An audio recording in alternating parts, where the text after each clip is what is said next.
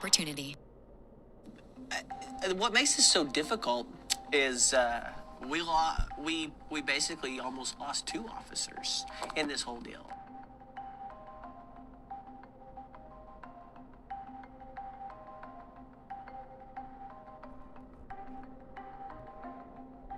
If this happened in a traffic stop, it makes sense.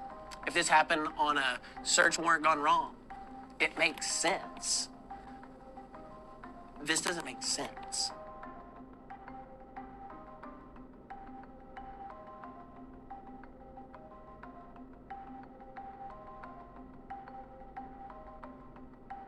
It's really sad because I work here at the convenience store. I've known both of them. They both come in and get coffee, and they're both really nice. Like, I would have never thought it would have happened. They would come in together. They always seemed like they were pretty close to me. I just think it's sad. Should be praying for their families. Those are shoes that we can't fill. Nobody can. I've been doing this for a very long time, and I've never received a phone call even close to this. We'll try to put the pieces together as best we can and see what tomorrow leads to us.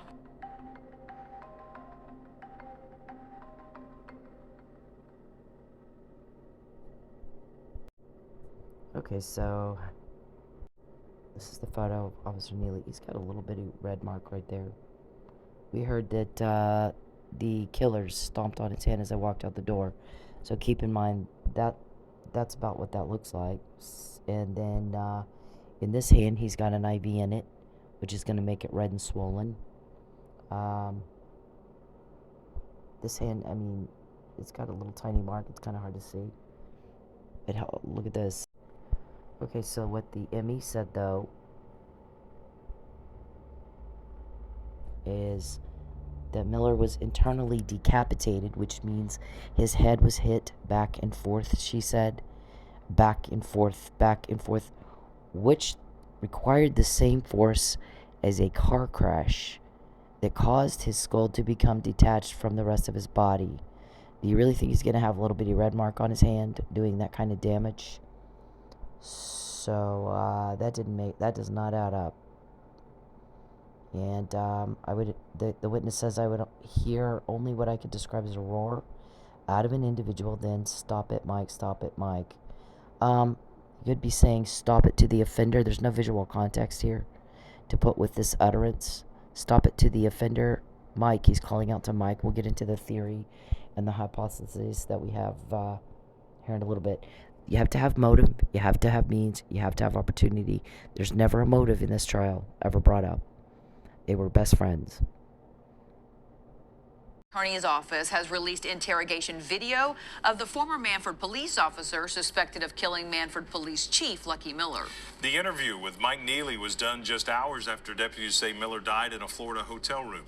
New at 5, News on 6's Amy Slanchick has the video along with the newly released crime scene photos. Amy? Craig and Lori, just a few minutes after Nealey has read his Miranda rights, he asks investigators, who is dead? During the interview, former Manford police officer Mike Nealey repeatedly asks for clarity about whether his boss, Chief Lucky Miller, is dead. Lucky's dead. Is that what you're telling me? Yes, sir, he's dead.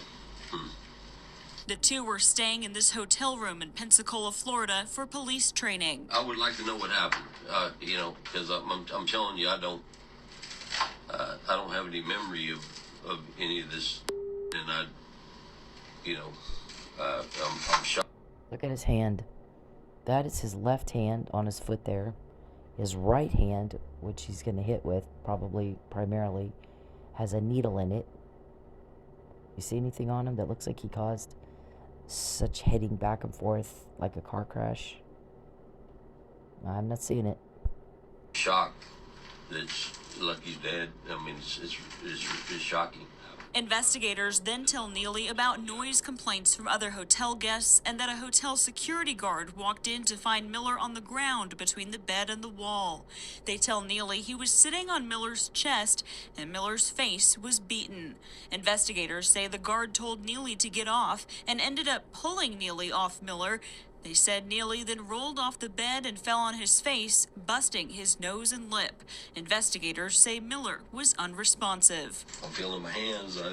My hands don't feel anything, you know, like, His fingers would be broken.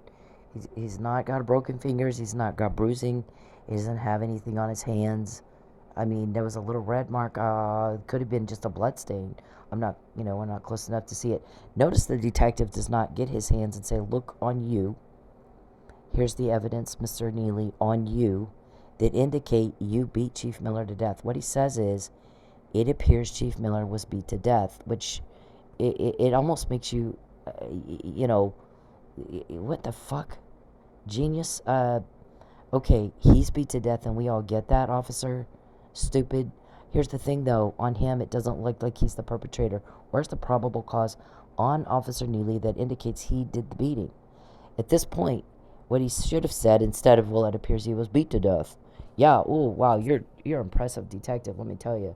What you would normally see if Officer Nealey was the guilty party is this guy begin then to point out, here's how we know you did it. Look at your hands. Your hands are broken. Your fingers are broken. There's nothing like that. That's what Detective Nealey is trying to show to this other stupid detective over here. They're both cops. So, hang on. Okay, this is a picture of a man who was beat to death. Does Officer Nealey's hands look like they could have done something like that?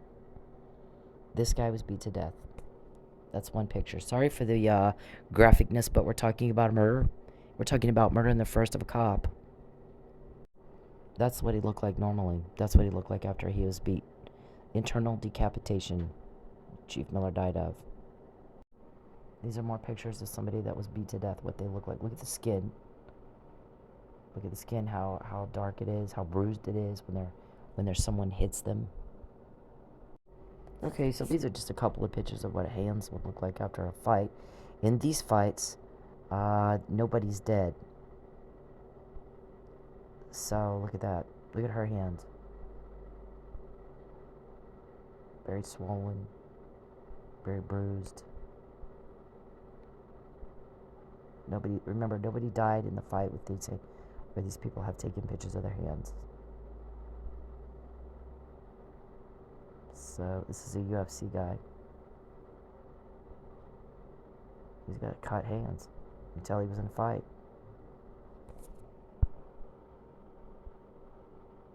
Now look at his hand. It looked like he hit somebody back and forth so hard, like a car crash caused internal decapitation. I'm just not seeing it. So what happened right before that is on August 23rd, 2019, Mr. Perry, Charles Perry, is recorded stating it's not legal, but I'm going to have her car towed and sold before she figures that out. Mr. Perry has convinced himself that if he takes my car, this is Cynthia Ortiz, a stalking victim and a victim of his human trafficking. He has sold me to a guy in Houston. In Manfred, they took my birth certificate and my social security card. They were already starting it then. So that was in Lucky Miller came to my work with Mike Nealey one night. I was staying at a hotel 2 minutes from the police department, 2 minutes from the police station in Manfred. I drive all the way out to Inola where I'm dancing at Sensations, and they walk in. I walked over and introduced myself, actually, at first not realizing who they were. Officer Nealey went to the bathroom. I sat down and talked with Chief Miller, who asked me about a forged marriage license. Did you sign a marriage license with Charles Perry? And I said, why the hell would I do that? I moved twice, sir, to get away from him. I'm trying to get a protective order. I'm suing these guys. I'm trying to get the guy off me. I came here to be with my family. Why would I sign a marriage license? Where is it? I want to see it. He said, I don't have it with me. But I do have one. I believe it's a forgery. I needed to ask you about it. And we also know that they're causing you some financial loss here in this club. They're running off some of your customers. They're trying to make it where you can't fight them in court. We told them that if you were mugged, 5 guys would attack and get your purse back, and I don't see the difference. And we asked them to face you like men in court and to stop trying to take your money. And I said, okay. I got called on stage. Officer Nealey comes out of the bathroom, and they left. And I'm wondering, whatever questions I had follow up on that, which I had a lot, believe me. I don't feel comfortable going down to the police department to ask Chief Miller the questions because he drove all the way out here to talk to me. David Robertson had his employees staying a few doors down from me at Dynamic Shop People. So why is he driving all the way out to Inola to ask me about a forgery or a document he believes to be a forgery? I've still not seen that document. I've heard about it a lot. Mr. Perry is using it to get financial information, to bypass privacy laws, and a power of attorney. Because what these guys do who are selling women is tear down their life, their finances, their relationships, take their personal documents to make them easier to traffic. They got nothing left. They have absolutely nothing left. This is Oklahoma City Police Department's website, their special ops page. See? And they talk about trafficking. You see them do a lot of arrests on trafficking. Human trafficking is the forced servitude of one person by another for a specific purpose. The purpose can be as labor or to do work in the sex industry. The sex industry includes strip clubs, massage parlors, escorts, and prostitution. In human trafficking, the trafficker holds some type of control over the victim. This control can be through withholding of passports or identity documents, money needed for medications or narcotics, or the threat of bodily harm. There are age specifications where the victim is presumed to have been trafficked and is per se a trafficking victim. Mr. Perry does older women. It's trafficking the same. I don't want to, I'm not going to be sold. So this was starting to come out in Manford that he had done this. The guy that bought me is a Houston realtor. Mr. Perry has become very desperate over the past few weeks to get me delivered. They've got code words like Papa John's means the delivery of the victim. We've been hearing that a lot. We're having a hard time making Papa John's on this one. There are police investigating Mr. Perry. That's how I know that. So, now, Chief Miller and Michael Nealey were talking just hours before the murder about Jeff Epstein, and they recorded a video of it. That video was admitted into evidence in that trial. This is what they were talking about. They just had a case land on their desk that they knew was going to involve trafficking. And this was that. Because just after that, I'm driving down the street. Mr. Perry had someone throw a brick at me. Here's the thing. I see this car here, this truck. We were having a lot of problems with vehicles coming right there and taking pictures of me. And this woman here was calling Chief Miller quite a lot to complain about it. She said, I've been here 10 years. I've not seen this before. I would see her tense up when cars would start coming through the parking lot. She didn't know, is this your stalker weirdo? Or is this a legit person that has a legitimate reason to be here? So she wrote a statement, as did this one. But where that truck is where you pull out. Normally you're going to go to the right. Freddy's was on that right. Now it's something else. And the highway. And then I would go east to Inola.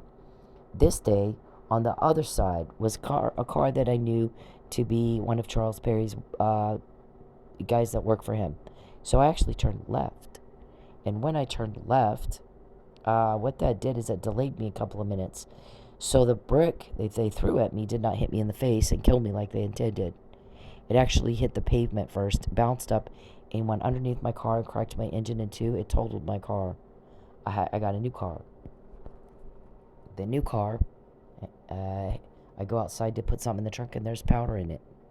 I asked Laura, did you see anybody put this powder in my car? She goes, no, but here's the weirdest thing. It's all over this room. And it was all over that room. I took pictures of it. This was, it's the same powder.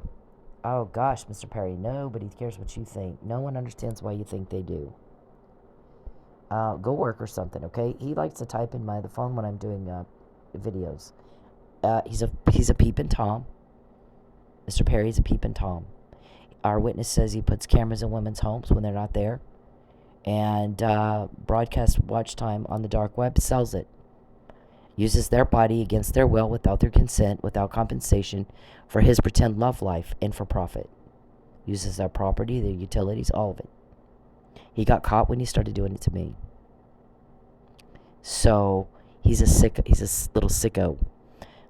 That's a very perverse, vulgar crime. It's a sex offense. He's a sex offender. watching little kids in their house take a bath. Our witness says then he gets these women fired. He likes to hurt women. He's got mommy issues. And that Charles told him that he enjoys getting women hysterical so he can go, and I'm quoting the witness, rub one out. Mr. Perry's told people in Oklahoma, because he doesn't have filters anymore. He's got Huntington's disease that we found out from the cops, not him. He didn't call me up and tell me. The cops told me. He's got Huntington's disease. It causes paranoia, delusion, hallucinations, and he's psychotic and impaired cognitive reasoning. So he doesn't any longer have filters that tell you, you don't say that. You don't do it for sure. But if you're doing it, don't say it. That he enjoys going to maternity wards when he's on the road, just random hospitals, watching the women in pain, and then again goes into the bathroom and, does his thing. It's very sick. The man is very sick. So that's what he does all day with his time. He doesn't have an alibi to prove that otherwise. Believe me, I wish he did.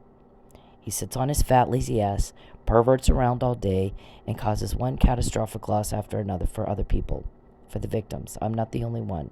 When I first met him, he said something that was really odd. There's a reason I met him. I was hired to get him elected so cops could get to him.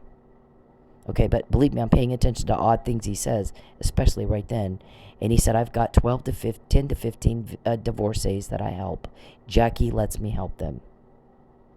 Wow, I wanted to throw up. You're helping them? Are you shitting me with this? They're helping you. You're making a profit off of their body. And you're going to sit there and tell me you're helping them? Oh my God. I had to pretend not to notice anything was really bad wrong with that. So, anyways, he's talked about a lot of our undercovers and had no idea that's what he was talking to. So is Robertson and these guys working for them. So we get a lot of information. The guy says he gets them fired. Then they lose their home, and the family support system begins to erode. Little children that previously had a nice, happy, stable home, lots of support, lots of love, all of a sudden they lose their home. And mom loses their job. Now they're struggling. Now they lose their home. Then he has the ex take the kids away, and now they're ripped away from their mother. That's never good for a kid. Never good for a kid. While we're being broadcast on the dark web, these men buy us. Mr. Perry sold me to a Houston realtor, took half up front, and I have cops helping me, and he's not getting that. This is something that Lucky just had. This landed on his desk. He's starting to check into it. I made a report of this literally 6 days before the murder. 6 days, wasn't even a week. And my report doesn't even name a suspect. It just says somebody got into my trunk. But here's the thing. These stalker sex weirdos, they do that. Jodi Alexander Jodi Arias vandalized Travis Alexander's car. The next escalation of the stalking was murder. Murder in the first degree. These whack jobs are all the same. Wacky jackies. Okay, so these are all the things that they did to my car. After I buy the new car, they did that. Right at the wheel. Just a few months after I got it. Okay, so there's that. And then there's the powder in my car. And the report to Manford Police. This happened in like August or September. So I had just bought my car. And they had somebody hit me right at the wheel. And then a few months after that, that's in July. Parked, it's the same car. I'm parked in a parking lot, I'm inside doing business, and they hit the front wheel. Notice it's always at the wheel. They were trying to incapacitate my car. So I get another car. And they have somebody hit it there, again, at the wheel. Yeah. And that's the same. Right at the wheel. Then, a few months after that, I'm backing out, and this man jumps out. He hits me. Again, I'm always the one that's hit. He hits me, jumps out of his car, starts screaming, "It's your fault, I saw you do it." This kid comes running out of the bushes, "I saw you do it, it's your fault, we're going to call the cops." And I looked at him and I go, whoa, we don't call the cops unless we're bleeding, dumbass. Here's my information. Here's my phone number. Here's my insurance. I gave him the insurance on a different car. Because I'm thinking, this is a scam. I'm looking at his car. The back of his bumper was all scuffed up. And I said, I'm not calling the cops for a scuff. Here's the thing what you can do, dumb fuck. You go into the office and you file it in the office. You don't have to call the cops. He was really insistent on calling the cops. And I'm like, yeah, we're not bleeding. And I was told that he was told later, the last time she called the cops, one of them ended up dead. She's not going to call the cops. Because this man was trying to make a big thing. She didn't call the cops. And the guy said, listen, I know what she's been through. The last time she called the cops on her car specifically, one of them ended up dead. She is not going to be calling the cops, especially not over your scuff. Nobody's bleeding. Nobody's dying. You don't need to do that. You go in and you file a complaint in the office. He had a scuff, literally. I asked him to send a picture to me via text. That ended the whole conversation right then and there. Notice there's not anything on the back of my car, right? See that? The damage is on the side of my car, see? He tried to get the wheel, but he missed. This right up against it was something else. I scraped against the trash can. But back here, all the way up to here, that's him. Okay, have you ever seen anybody back into somebody's bumper with the side of their car? Yeah, no, he hit me. And, gosh, if we get enough people, I think it was his son running out of the bushes to say, I saw it and you did it. Maybe she'll believe us. And I'm looking at the scrape on the back of his car, and I'm looking at the side of my car, and I'm like, yeah, I don't think it's like you say. So I think you're a scammer. I think Mr. Perry hired a scammer this time. Insurance scammer. Because, I mean, as soon as he jumps out of the car, I need your insurance. It's your fault. Call the cops. And I'm like, none of the above. Well, here's my insurance, but I hand him the wrong one. Because I'm going to see, what we're going to do is we're going to get the guy texting me. We're going to see what he says in the text. Remember, I'm big on get information from people that you can prove. Right now, I don't have my recorder with me. I'm on my way to somewhere. I need to get him texting me the picture of that car. I need to get him texting me what his side of the story is. So I'm not going to do that here today. If I give him the wrong insurance information, he'll call me. And then I can get him texting to me, right? Yep, I knew exactly what I was doing. I'm not going to call the cops for fender bender. And the guy was right. She's been traumatized. She's not going to call the cops unless somebody, last time she did that, one of them ended up dead. It's not going to happen. But nice try, Charles. Okay, so after the murder, this person spoofs this account. And I get this. Questions about what Lucky... Do you know what he was wanting to know? This is not Lisa Nealey. This was Charles Perry. You know why? You know why he's asking me, did Lucky visit you in a strip club? And I pretend like, no, he didn't. The reason is they wanted to know what we talked about. See at the very bottom, I say, you can talk to the police on the phone. So they're asking me if he was in there. They were trying to see if I was going to tell them what Chief Miller and I talked about. And I did not. Okay, look at this. You have Lisa Kay. That's the person asking me about the strip club. You have Ethan Hutchins. You have whoever that Ling person is. Okay, then I confront the identity theft or the spoofing. Now look at the name is now changed to Alyssa Kane. Ethan Hutchins, whatever. Okay, yeah. So Charles spoofs accounts all the time. I don't just respond to emails anymore because of it. See? Pretending to be Lisa Nealey. Now, after they've changed the account, they send me my subpoena. Right? You can't see that it's mine right on there, but that was mine. Which is inappropriate. You don't contact witnesses in a murder trial and try to find out what they're going to say. I guess I'll finally hear what you have to say. I asked you before, and this person had about 4 times. How did you know Mike had to be begged to go? Okay, listen to the words right there.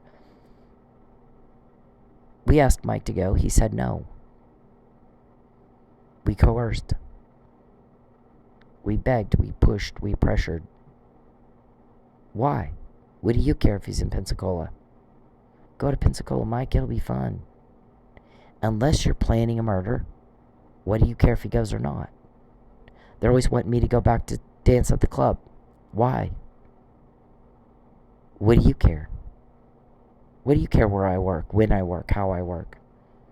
Certain days, if they want me pulled over, go DoorDash, go DoorDash, go to... Why? What do you care? What's it to you? They call that, in the human trafficking world, Hansel and Gretel. Like I said, the delivery of a victim to the buyer is called Papa John's. Coaxing someone to a location where you can hurt them is called Hansel and Gretel. We need to play Hansel and Gretel on this one. That's what they say. Rapunzel. Did we coerce the victim into being trafficked? Did Rapunzel let down her hair? Ratatouille. We're going to get somebody to take this victim to dinner and get as much information on where they live, where they work, what their best friends are, blah, blah, blah. Because we're going to start gaslighting. We're going to start fucking all that up. I want to know where the victim lives. They already know. They just need to try to find a legal way to know. Either way, even the Ratatouille is not legal. It's still stalking. It's still, So, you still hired a proxy stalker. Then he asks, who else are the senator's victims? Wow. Because he wants to know if I know who the other victims are. They want to know who's talking is what they want to know. They want to know who talked Michael into going to Pensacola. This is evidence of premeditated murder. That's what that is to me. And witness tampering. Right? I mean, and most cops think so. This is Chief Miller.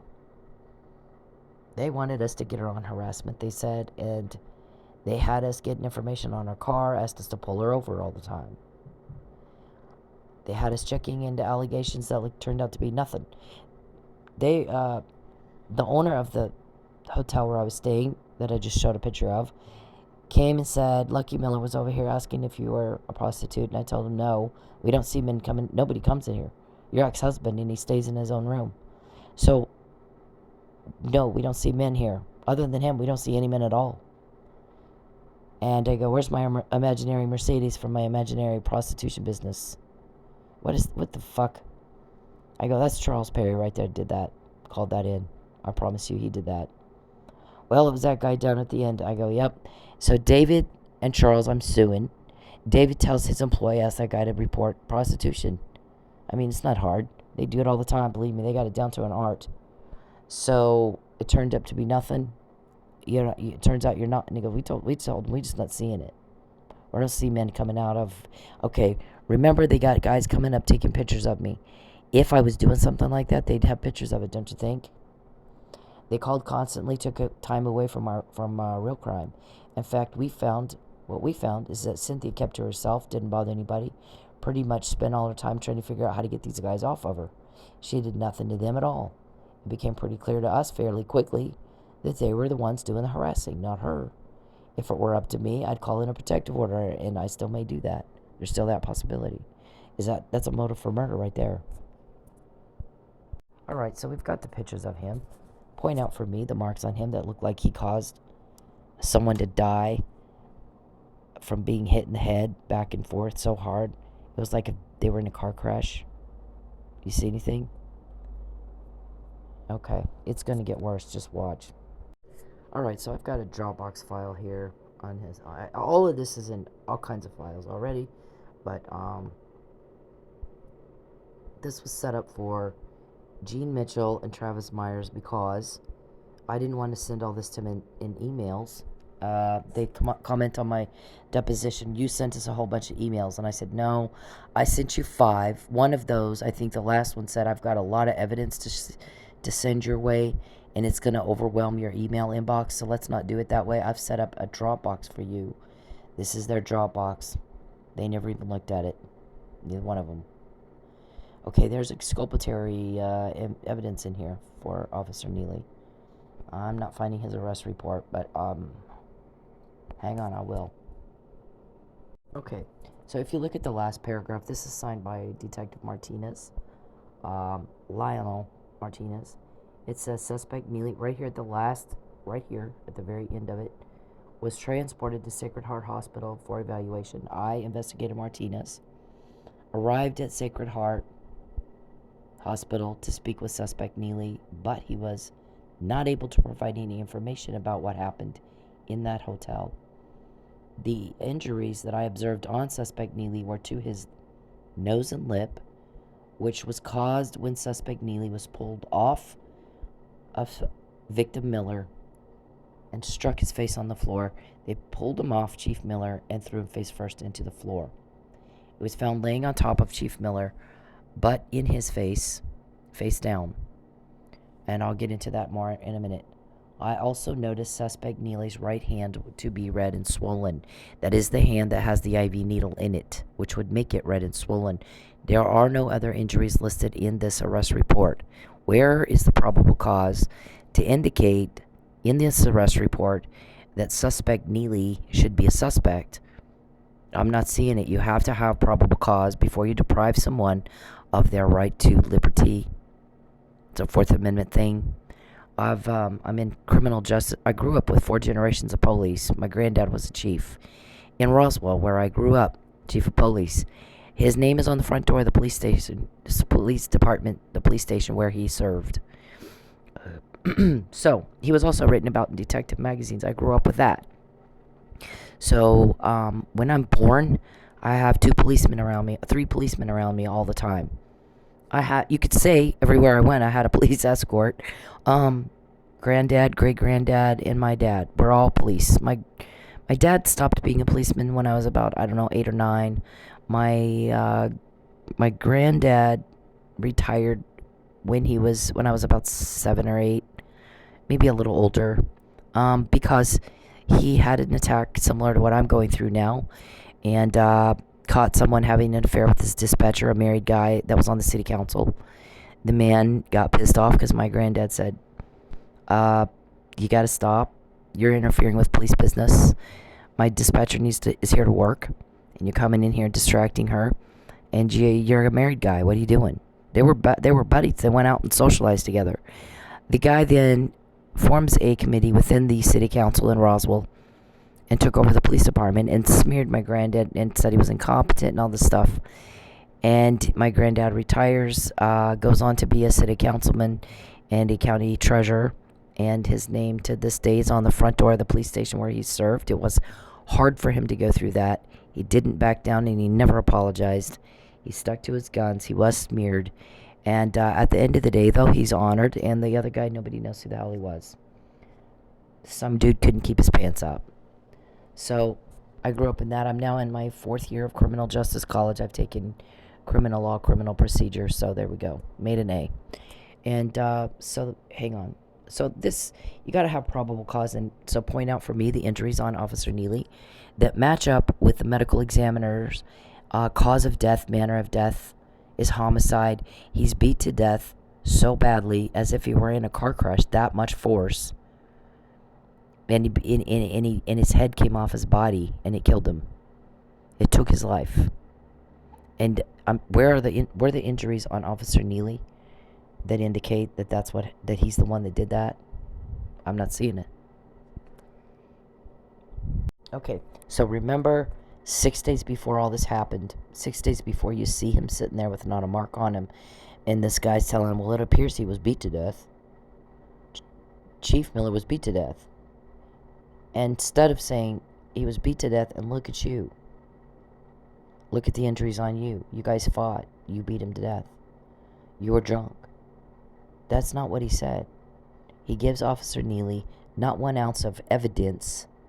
We have this evidence against you. If you're trying to solicit a confession from someone, most detectives are smart enough to present the evidence.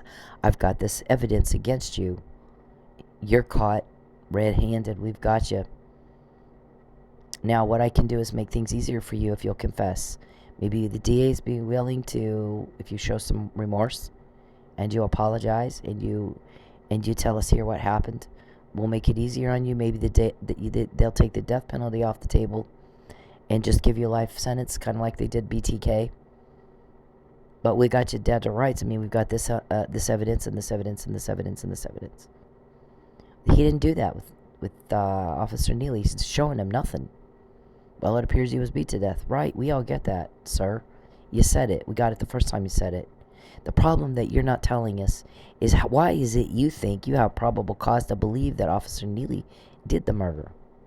You're not pointing to him and saying, well, see, sir, you've got these bruises here. You've got nothing. You got a red swollen right hand and a busted lip and nose from a second event. Had nothing to do with the fight. It was after the fight was over. So, what in the hell? What happened here? I'm going to tell you what happened. Okay, so I'm sending the Florida State's attorney in March 2020 an email that says he was drugged.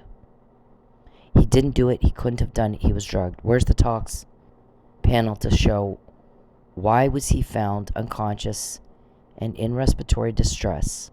Because that's how he was found. They pull him off.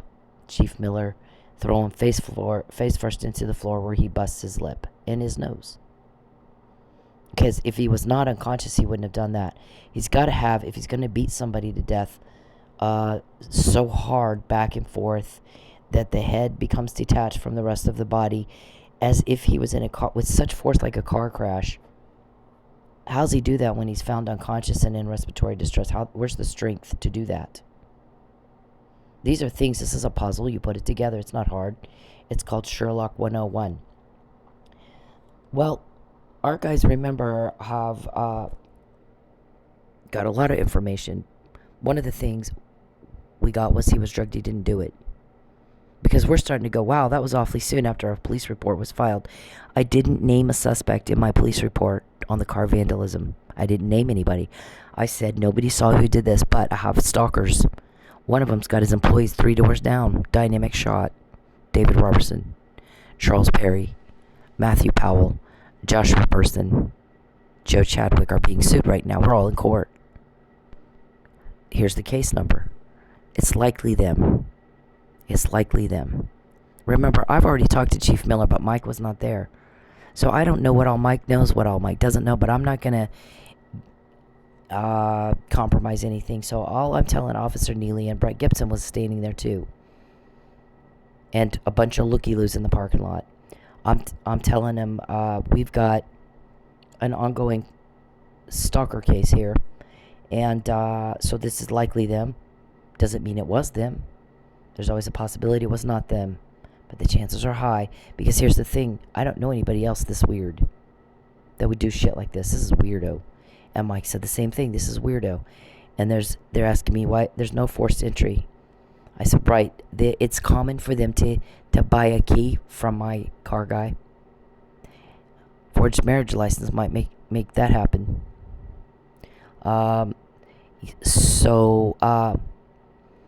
Or they can get a locksmith. I mean, there's a lot of ways they can get my car. But most of the time, they just go to the dealer and pay him a little something and get a key. So, I mean, this is not the first time. So, at that point, I had walked down a ways away from Officer Gibson. So, I don't know that he heard me tell Officer Nealey that. We're looking at the room where the powder is. Okay, so, but in March 2020, I'm telling him right here, there's a talks. He's drugged. He didn't do it.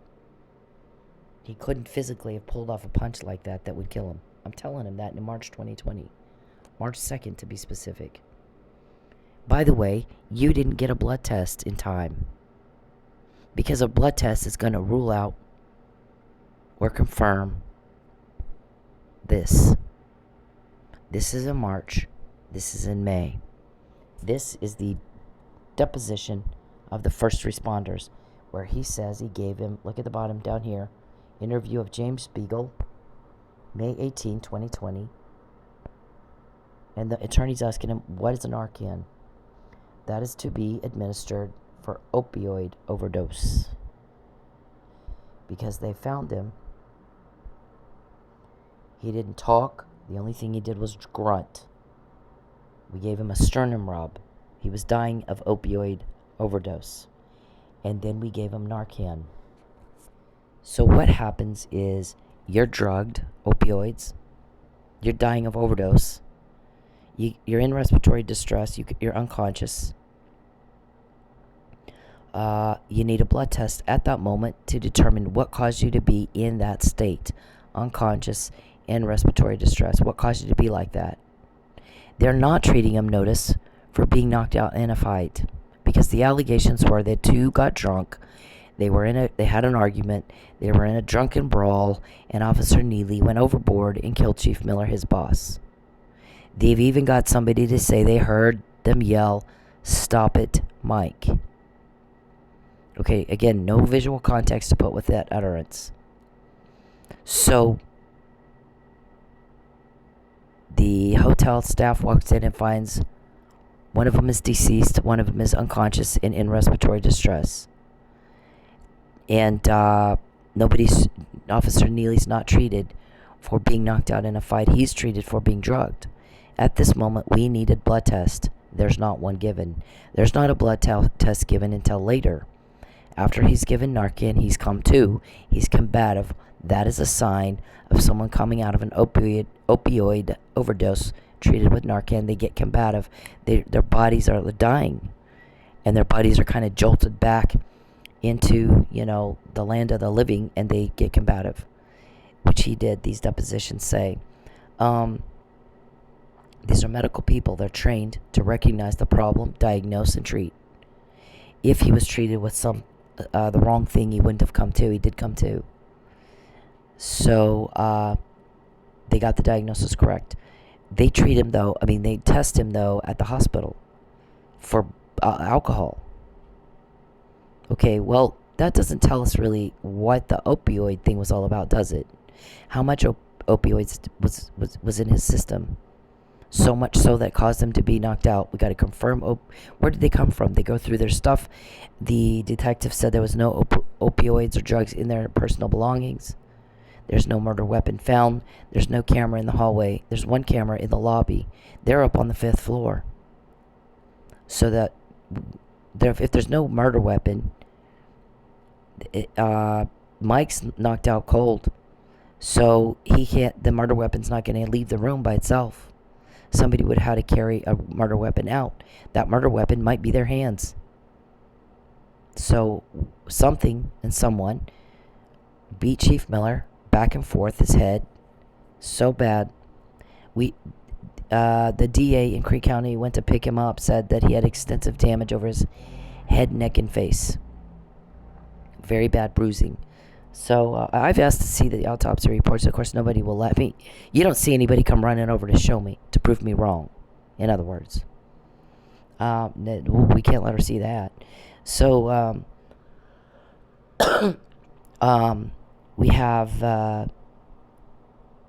we've got someone. Okay, so you walk in the room, you see Chief Miller on the floor, face up, in a very small confined area. How do you hit someone that hard in that kind of small area? He probably was not hit there. He was placed there. He's also not found slumped against the wall. He's found laying on his back, nice and neat, like someone placed him in that corner. Grabs Mike, throws him on top of him, stomps on his hand maybe, and leaves. But notice both of their faces are concealed from the killer as they leave. They were feeling at least some level of shame, and didn't want to look at what they'd done as they left. So, we got this right, clearly, in March, well before it was in the deposition. We said it before anybody else said it. He was drugged and not tested. Once he's given the Narcan, it alters the chemistry of his blood. It's completely different than what it was looking like that would cause him to be unconscious and in respiratory distress. That's what we needed right now. Blood test here. Let's see what the blood test says caused him to be unconscious and in respiratory distress. That's a key factor, because you can't beat somebody to death if you're sleeping, can you? That indicates to any astute detective or person, reasonable, prudent individual, that he was drugged, and the fight was between the killer and Lucky Miller. What'd you give Mike that made him pass out? That's what the argument was. When when the neighbors supposedly hear "Stop it, Mike," he's hearing Chief Miller say "Stop it" to the offender, and calling out for Mike. Mike, help, get up, Mike, something like that. If that even happened, really. No. Witnesses are notoriously wrong and sometimes just lie. This is my, right here, depositions. That officially makes me a witness. On top of that, once they talked Gene Mitchell out of putting me on the stand, Charles and Dave and those guys, which if they didn't do the murder, what do they care if I testify? They wouldn't care. They only cared because they did the murder, and I figured that out. Here's my reputation in Oklahoma. When I started saying I'm going to look at the docket, I'm going to read everything on the docket. I'm going to find out what happened, because we do know he was drugged. I'm telling the Florida State's attorney I'm getting ignored. The Florida State's attorney has a legal obligation to give exculpatory evidence to the defense, and that includes a blood test before Narcan. He has the legal obligation to collect and preserve. Otherwise, it's a Brady violation. He didn't do it. Didn't collect and preserve shit.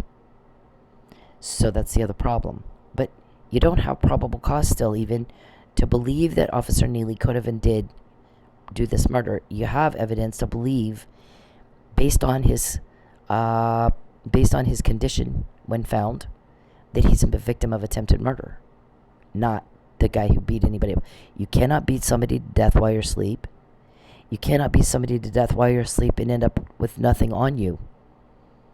You can't do it. It's not possible. So, and what is the interest of Charles and Dave and those guys in that murder trial?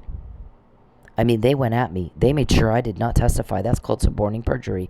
Concealment of a material fact that can change the outcome of the deciding body is perjury. And they suborned it. They made sure I did not testify. I'm getting starved to fucking death. I'm getting punished. I'm getting retaliated against. Title 18 of the United States Code 1512 and 1513. That is a federal crime. That is this crosses state lines. It's got Oklahoma. Charles is in Texas, supposedly lives there, and he wants to run for governor of Texas, so I guess he lives there. Then, although everybody wants to know why he's always in Oklahoma, bothering me, the murder is in Florida. Federal crime is Title 18 of the United States Code 1512 and 1513. You cannot tamper with a witness. You can't do it. You go to jail. You can't perjure or suborn perjury. They do it all the time like it's just breathing for them. It's pathetic. So that's what he sent me in the email. Let me see what this is.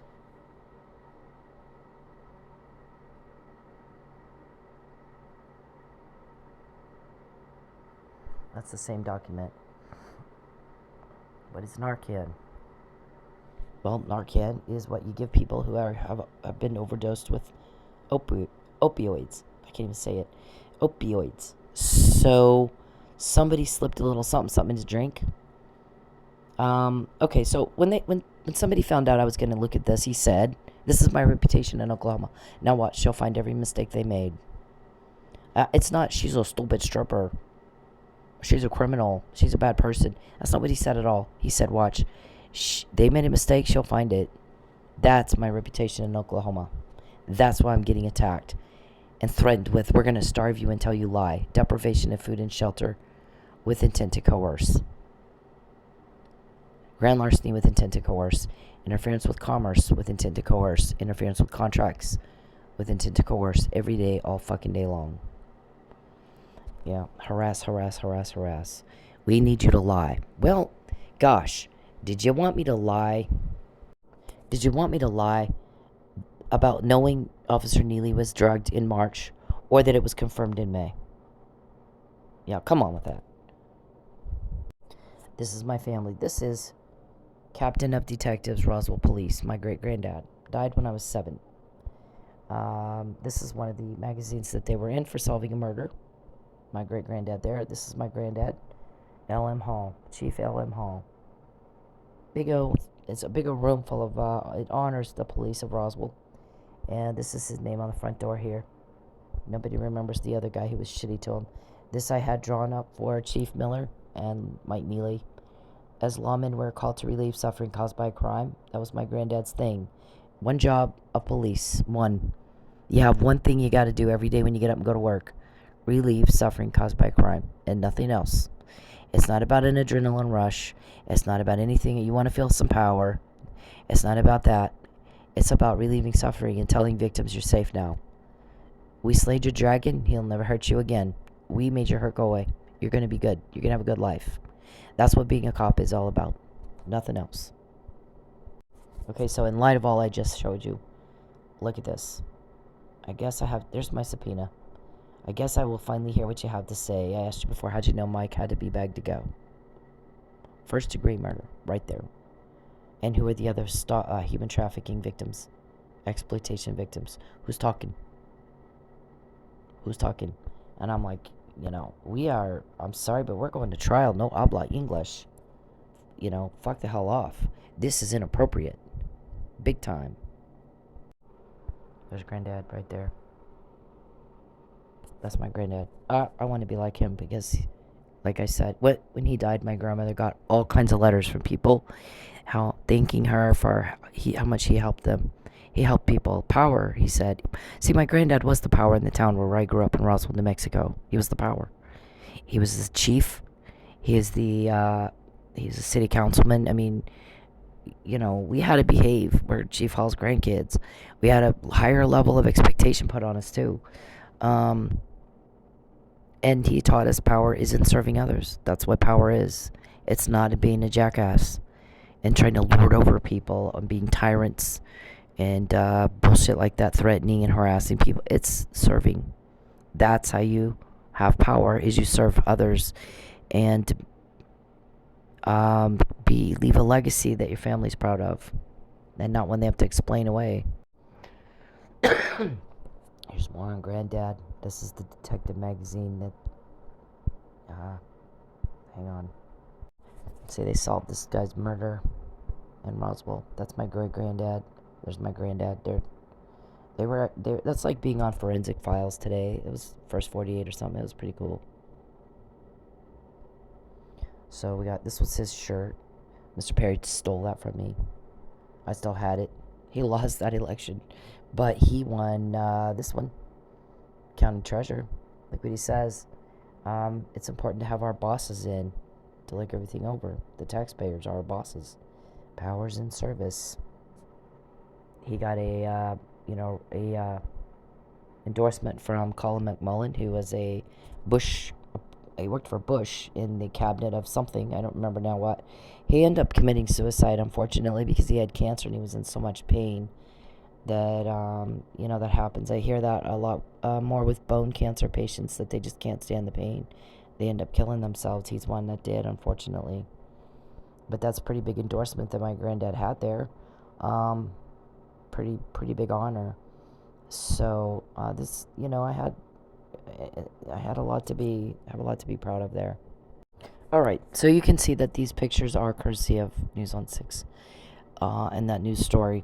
Amy Slanchick, News on 6. So, this is the room. Notice all the stuff on the floor is not from them. The room is not in disarray from them or from the killer. They always look at what's the crime scene look like. Does it look like you have an organized killer or a disorganized killer? The cleaner the crime scene, the more organized the killer is. The premeditation, what appears to be a premeditation, is also something. Is this a frenzied attack? Did they, all of those things go into figuring out what is the makeup of the killer. So there's no messiness here. This is from first responders treating Officer Nealey. So what happened is at around 6 or 7, they come to town, they go to dinner, they film themselves talking about the Epstein thing, the sex weirdo problems. And they just had 6 days before land on their desk, and they knew that. It wasn't just car vandalism. That's how it was reported. I don't know who did it. Most likely a stalker. Remember, Chief Miller and I had already discussed a forged marriage license. You saw what Oklahoma City Police Department has to say about sex trafficking, human trafficking. My driver's license, they're threatening it all the time. They threaten to take my car every single day. If we can just get her car from her, she'll lie. She'll agree to be trafficked. She'll be coerced. Right? They've been working on it for years, since that 2019 recording of Charles Perry. It's not legal, but I'm gonna take her car and have it towed and sold before she figures out it's not legal. Calvin is recorded a few weeks ago, still trying to get my car, asking for pricing. And he said, the guy told Calvin, I can't give you a list price for it because the manifold's not in good condition. So, and I guess they're still looking for a mechanic's report, like you might find on, oh shit, now I can't remember. Like the maintenance reports. Alright, so this, they're still trying to get my car. As of today. Wrecked 4 or 5 times at the wheel. They think they're victims. So, why are they going at my car if they didn't do this murder? If they're not trying to coerce me, if they didn't traffic me? Mr. Perry's own attorney said to him, we got a problem, because you keep going into court and under oath claiming you're not doing what she says. So she ends up in Texas with this Houston realtor. You're going to have to explain that. And who are the cops investigating you? Name one. Name one of them. Because we found out Mike Nealey was drugged. They did their homework. They know. They did digging. They're detectives. That's what they do. So that I'm able to get in touch with the Florida State's attorney and say he didn't do it. He was drugged. Nobody had taken depositions yet. And he didn't respond to me at all. Okay, so what's the interest in my car, Mr. Perry? Or my financial status? I'm going to deprive her of food and shelter until she lies. I'm going to take her car. I'm going to do property damage. I'm going to do financial grand larceny with intent to coerce. Interference with commerce with intent to coerce. Interference with contracts, and he has. You interfered with my last car contract, didn't you? And you did it intentionally. They're scared to death of my traffic court case on the 2nd. If they didn't have anything to do with that, why are they scared? They implicate themselves in the way that they go at me. Believe me. We think that it's hideous for me to have to go through it. At the same time, it's hysterical. It's so easy, it's not fair. I mean, they could say, we back the blue. Let's get Mike home. You can tell he didn't do this. We can tell he didn't do this. So let's find out who did. And get him home. And a reporter told one of our guys, had they done that, and she continued to say that they killed Chief Miller, we'd think that she's wrong, if not a little nutty. But that's not what they did. Because why believe that they had anything to do with the murder if they helped get Mike home? But that's not what they did. They keep her from testifying. I file a motion to intervene. There should have been a hearing on whether or not I had standing to file that motion. And then a hearing on the motion. If I did, nothing, no hearing at all. It's still sitting on the docket like a fucking meatball on the table. So why do that if you didn't have anything to do with the murder? What do you care? Why go after my car if you're not trying to coerce and force a change in my testimony? If you didn't do the murder, if you're not stalkers, if you're not traffickers, and I caught you. But I have help. And that's who you don't know who they are. You're going to try to force me to say that's obstruction of justice. Just one crime after another. You just can't. That's our shrink is like, he needs to be sedated. He doesn't have any impulse control or filters. He said some bizarre things to the wrong people, believe me. Okay, so, and the thing is, it's out though. All this stuff is already out. It's not a secret. You know, you got a reporter commenting if he has caused so much duress for her. If she changes her story all of a sudden now, does he really think we're going to believe that she did it without him coercing her and forcing her to say something she didn't want to say? Does he really think, do we have stupid written across our forehead? Because there's no way. There's no damn way. Anyways, but he's stupid and he thinks everybody else is stupid like him. Okay, so here's the room. The timeline is such that they go to dinner, then they go back up to the room and they're drinking a little. They call down to the front desk, and I got this from depositions. I read every deposition on the docket. Anybody can pull up the court case. That's what the guy said. I told everybody I'm going to read everything on the court docket. I'm going to read the whole thing. I did. And he said, no, watch. If they made mistakes, she'll find it. Okay, so the first thing of note is that Lisa Nealey testified her husband wears sweats when he goes to bed. They were found in their street clothes, so they're expecting a guest. They're not ready for bed. They have guests in the room, most likely. But there's a call up at about 6 o'clock, I believe, 7. And They're looking for the remote. And Hotel John says that Mike answered. He opens the door nice and wide. He sees Chief Miller laying on this bed here by the window, resting, watching football. Mike is laughing, a little drunk, but he's happy. Everybody's happy. They find the remote, and he leaves. About an hour later, they're called up for a fight, about 8 o'clock. He goes to the door at 8 o'clock. Chief Miller answers the door and only opens it wide enough for him to see his face. Okay, well, why would he do that? He doesn't need to conceal the other registered guest in the room, who's Mike Nealey. And at this point, Mike doesn't make a sound. Anybody know an angry drunk who doesn't make a sound? Nobody saw him. Nobody knew what condition he was in. All they could see was Chief Miller's face. Chief Miller says, I'm trying to calm my buddy down. What buddy? Why are you hiding? Who are you hiding? You don't need to hide Mike. They already knew Mike's in the room. So, likely, whoever the killer was had the gun behind, a gun behind his head. Or some reason to make him fear about opening the door all the way so that the Hotel John can see Mike. He couldn't hear him, for sure, we know that. Couldn't hear a peep. Nobody was talking about Chief Miller. So why is that? Next thing that happens is the guests say they hear a roaring sound. Who is that? Lucky's dying. I mean, they get the sounds wrong. What is the roaring sound? Mike is passed out from opioid overdose. Unconscious, in respiratory distress. What's the roaring sound from? And then stop it, Mike. Was the roaring sound the killer? Was the roaring sound Chief Miller dying? Mike wasn't making a peep. What's the roaring fucking sound? Nobody explained that either. But there's supposedly a roaring sound, and he's saying, stop it, Mike, stop it, Mike. Stop it to the offender, Mike. He's calling out to Mike. And it gets quieter and quieter, and all of a sudden it's quiet. And so they call down because now they're worried. There's this loud roaring, loud noise. Sounds like a fight. They've already called down once. Now it's quiet. Something's wrong. They call down again. Hotel John comes back up. Nobody's answering the door. He goes in. And in this confined space, right here, Chief Miller is laying face up, head towards this wall. Nice and neat. Mike Nealey is on top of him with his ass in Chief Miller's face. Face down. Now, if somebody's in this confined space, you can't beat him up so hard. Remember the beating. He died of blunt force trauma to the head, the ME said. Strangulation.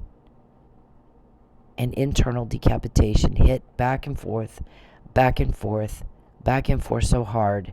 His head became detached from his body as if the force of a car crash. So, what we believe happened is he's placed here.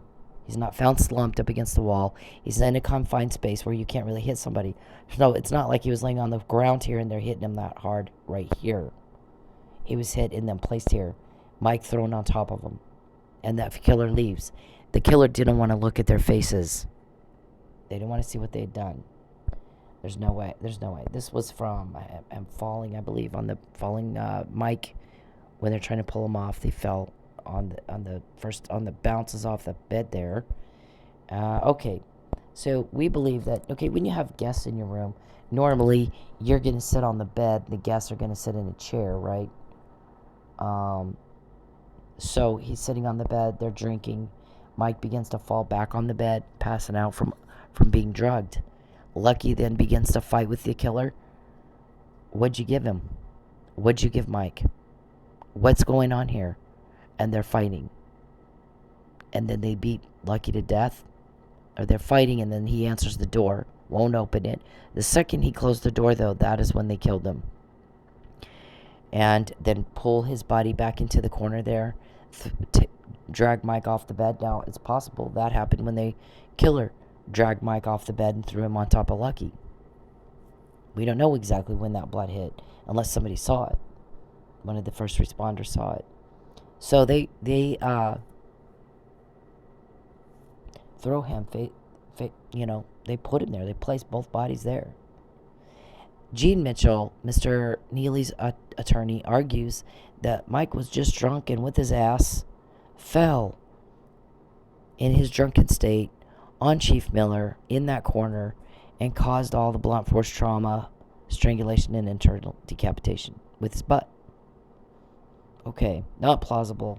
I'm telling him, dude, not plausible. It's not even possible.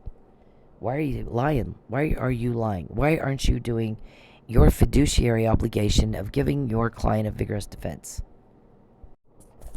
So I texted him in October. You are off your nut. What are you gonna do? Why are you doing this? Why are you making crap up? There's no way that could happen. I want to help your client. I believe in his innocence. I don't know the guy, but I know this. I know the offender. I know the offender. It wasn't your client. There's no way. This is a police officer. I come from police family. We do not leave one behind. We don't do it. And believe me, the retaliation and the punishment that I have taken from these bitches who think they're tough guy by attacking women and children and beating us to nothing and acting like we're their slaves. You're gonna be forced, Mr. Perry tells me, to suck this guy's dick, like it or not. Well, I'm gonna take your car, I'm gonna take your food, and I'm gonna starve you until you do. And before you go, you're gonna lie. And you're gonna say what I told you to say. And that's it. And I've sat here and told him I'll starve. Fuck off, weirdo. I'm not gonna help you and I'm not gonna lie for you. And you've taken my car. And you've taken my homes. And I'm not sucking anybody's dick I don't want to suck. And excuse the vulgarity, but that's what trafficking is.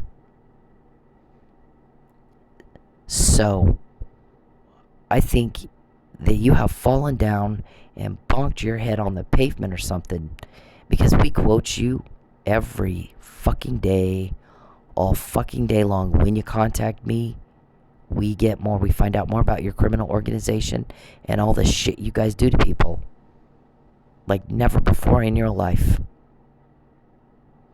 You contact me, that's what happens.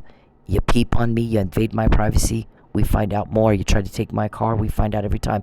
You guys call TPD or someone every day. Take her car away. Take her car away. We got to make her leave Oklahoma. We got to make her leave Oklahoma. And it isn't up to you. And you're recorded every time you do that. What police have it? What court has it already been played in for probable cause to get any kind of wiretap orders or something they might need? You don't know. And you won't know until it's too damn late. You take a penny of my money, we get more. Every day Mike's in jail, we get more. You don't have one name. You can't quote one meeting. I've named all your people, a lot of them. Do you want me to name them again, Mr. Perry? Geppetto, your witch. Calvin, who's bald and fat. Sanjay, your hacker. Lucius. Blankenship, Desiree, Beverly, Kate. Who's Monique? Where's she? Lawrence, Andrew, Brian, Jeremy, Bentoncourt, Reuben James. You thought Reuben and James were leaking. You thought Reuben's Catholic. He's leaking through the Catholic Church to me. I haven't been to Catholic Church in a while. You had me excommunicated. So it's different when you do the crime to me than any other victim, and you know that. And you wouldn't give a fuck what I said in the murder trial of a cop that you had nothing to do with the murder. And that's what the reporter observed. We're not stupid. We don't have stupid written across our forehead. Had you helped Mike get home and Cynthia continued to assert you did that murder and framed this guy, we would have said, no, they helped him get home. There's no way. She's wrong, if not a little nutty. But that's not what they did. They did everything a guilty guy does. They went at her. And they made sure she didn't testify for him. Because it would have changed the outcome of the deciding body, and you know that. Right? I have to have a protected address, and yet they know right where I am. Odd as that might seem. Stalkers do that. Alright, so he's got the IV in the right hand, this red swollen right hand. And this was the Manford mess. I mean, it was a mess. So now we're going to do the disclaimer. Hang on. So we've given Chief Miller and Michael Nealey a whole page here on the blog because we think they deserve one. We want to get Michael home. We don't like wrongfully convicted. Because when you convict the wrong guy due to prosecutorial misconduct, like ignoring my email, bunches of email, Travis Myers, sir, he didn't do it. He was drugged. Where's the tox? Where's the blood test? Before he's given Narcan. Where's your probable cause, Travis? Why am I not on the stand? You have a legal obligation to, divulge all that to the jury. It's exculpatory, sir. And now the real offender is trying to take my car again. The real offender is trying to traffic me, sir. Once I'm trafficked, I'll be killed in a week, I promise you. And then my blood is on your hands. Because you had the chance to put a stop to it. And you didn't. Officer Nealey was trying to. Chief Miller was trying to. And he was killed in the line of duty in that family. His wife and his 3 kids. Who won't have me anymore at Christmas and Thanksgiving and weddings and graduations. And birthdays. He's gone. We can't get him back. They won't have him. And that's your fault. That they're not getting the benefits of him having died in the line of duty. So here's our disclaimer. This is what police are supposed to do in a stalking complaint on this Connecting the Dots. Talks a lot about car vandalism. Stalkers like going at the car. They got wires missing in their head, or you don't stalk, because all of us get rejected. We all just move on. It's no big deal. Next. And we got, weirdo club, sex weirdo guys who, just off the rails, delusional. And they use technology like hack and clone your phone to stalk you, to control you, try to control you. So it's different though when they do the crime to me. We get the information about them trying to take my car before they actually take my car. When they took my car last, we had a recording of them talking to a guy named Brandon that works up the Flying J. He's the manager. Telling him, call us when she gets there. She's probably going to be there today. Take her car. We're going to take her car away from her. Well, I didn't go on January 18th. I went on the 19th, and they did. They did it at that location. So we got them on that. And now today they're talking about it again.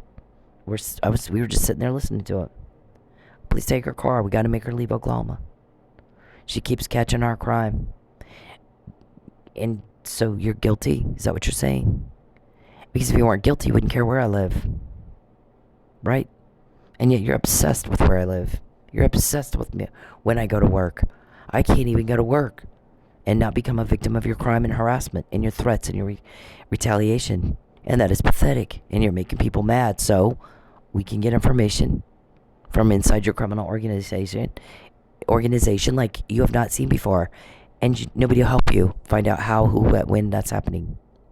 Nobody will help you. But when Charles contacts me, we get more. We find out more. When my privacy is invaded by anybody at all, we find out more. When he takes my money, and the longer I'm broke and the longer Mike's in jail, the more we get. Been that way for a decade. Every single day.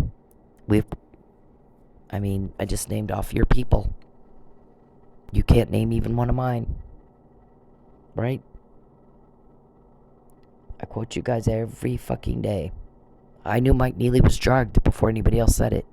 So did you want me to lie about that? Or that it was confirmed in depositions in May, months later? Do you think people have the word stupid written across their forehead, Mr. Perry? You're stupid. You have Huntington's disease. You're delusional. You got paranoia. You got hallucinations. You're psychotic. Diagnosed. And you can't reason like anybody. Normal people. You can't reason like a 6-year-old. You can't reason like a 2-year-old. If you do the crime to me, you get caught. If you do the crime to me, you get caught. If you do the crime to me, you get caught.